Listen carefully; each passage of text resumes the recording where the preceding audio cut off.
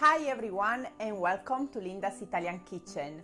Recently I showed you how to make mostaccioli and I promised I will share with you the recipe for the best roccocò. Roccocò are my favorite Christmas cookies and it's over 15 years that I make my own one. And I worked a lot on my recipe and I swear my roccocò are the best in the world. Like always, you will find the full list of ingredients in the description. During this video, I will also suggest some substitution and I will also show you how to use the same dough to prepare another famous Neapolitan cookie, quaresimali, but I will tell you more about them later in this video. Roccocò are full of nuts and you can decide if to use almonds or hazelnuts. Today I will use both almonds and hazelnuts. If you decide to use hazelnut, remember that they are easy to spoil, so you should always smell your nuts. And if they smell of rancid oil, it means that they are not good anymore. This is especially important for hazelnut and for walnuts. Let's start by roasting 1.5 pounds of nuts, or in my case 12 ounces of almonds and 12 ounces of hazelnut. To roast our nuts, we simply place them on a baking tray and bake them at 350 degrees for 10 minutes. When the nuts are roasted, their skin will be of a darker color. I hope you can see it from the video. When the nuts are cooled down, we will use a knife to chop part of them, let's say roughly half. In this way, the nuts must be only roughly chopped, like those hazelnuts. Here are also my chopped almonds. Let's start to mix all the dry ingredients. Here I have 8 cups of flour and I add 2 cups of sugar. If you want to make vegan cookies, make sure to use vegan sugar. Then we can add also half teaspoon of salt and 3 tablespoons of pisto. If you missed my previous video on how to prepare the mix of spices called pisto, you will find the link in the description. Pisto is very easy to prepare, but you can also substitute it with a mix of cinnamon, black pepper, nutmeg and cloves. Finally, I also add 1 tablespoon of baker's ammonia and I mix everything well. The leavening agent ammonia or ammonium carbonate might not be very popular in your country and you can use baking powder instead. In particular, for 1 tablespoon of ammonia, you will need to use 2 tablespoons of baking powder.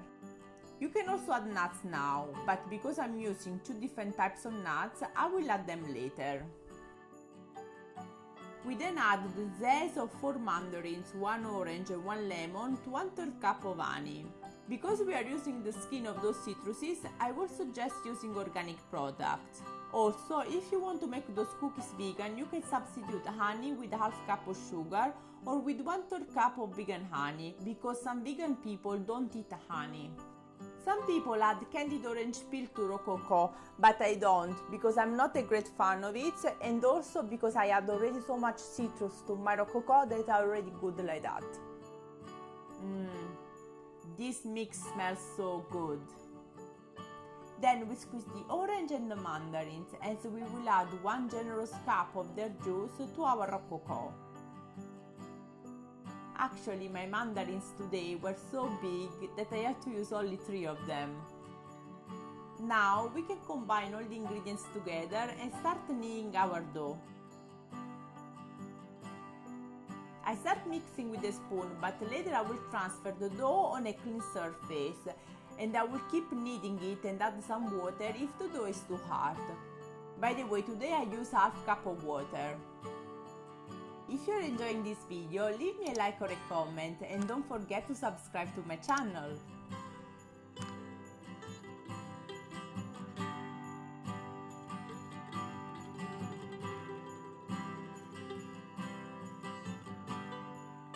Roccocò's dough is pretty soft and is also very sticky.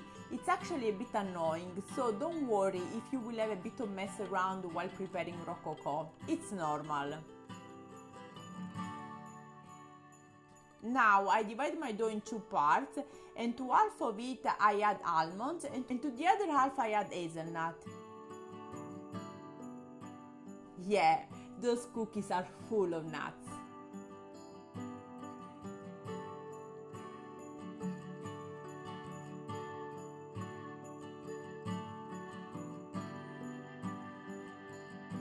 It's now time to shape our rococo, but first, let's turn the oven at 350 degrees.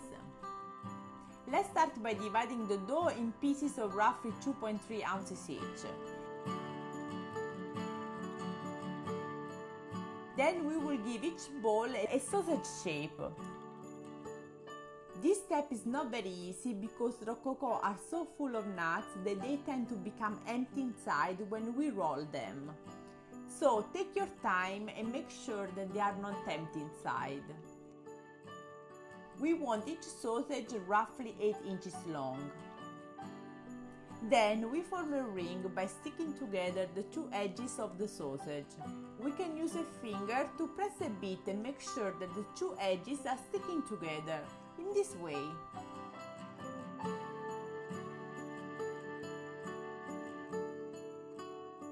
We then prepare the egg wash. Here I'm whisking together 1 whole egg, 1 egg yolk and 1 tablespoon of milk. We transfer the rococo on a baking tray, leaving a good amount of space between them because they will grow when baking. Now I brush each rococo with egg wash.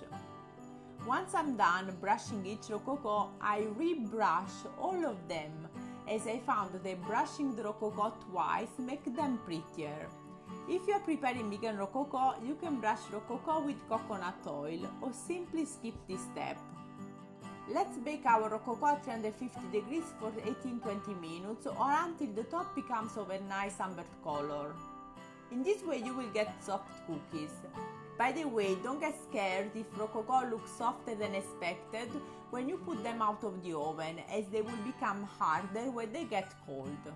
There is something else that I didn't tell you. In Campania you can find either soft rococo or hard rococo, and the hard rococo are actually called spaccadenti because we say they are so hard that they can actually break your denti, your teeth. If you want hard rococo, bake them for an additional 5-10 minutes, but be careful that they don't get burned on the bottom.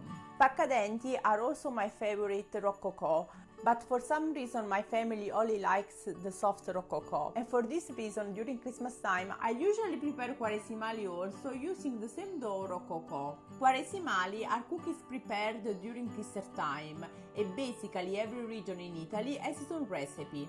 In Campania the recipe rococo and quaresimali are very similar. So you can use the recipe rococo also to prepare quaresimali. Quaresimali have the shape of a finger and they are hard cookies, and my quaresimali are very hard. For some reason the people in my family, they're okay eating hard quaresimali, but they only want soft rococo. I guess shapes matter. Most of the time quaresimali contain almonds, and therefore today I will use the part of the dough with the almonds to show you how to make quaresimali. I start by dividing the dough in 6 pieces and I give them the shape of a sausage, long roughly 9 inches. Then I transfer those sausages on a baking tray and with the hand I press on them to make them a bit flat, like that. Then I brush each log with the egg wash and I bake at 350 degrees for 15 minutes. After 15 minutes, I take them out of the oven and I wait 5 minutes. As you can see, the cookies are still soft at this stage.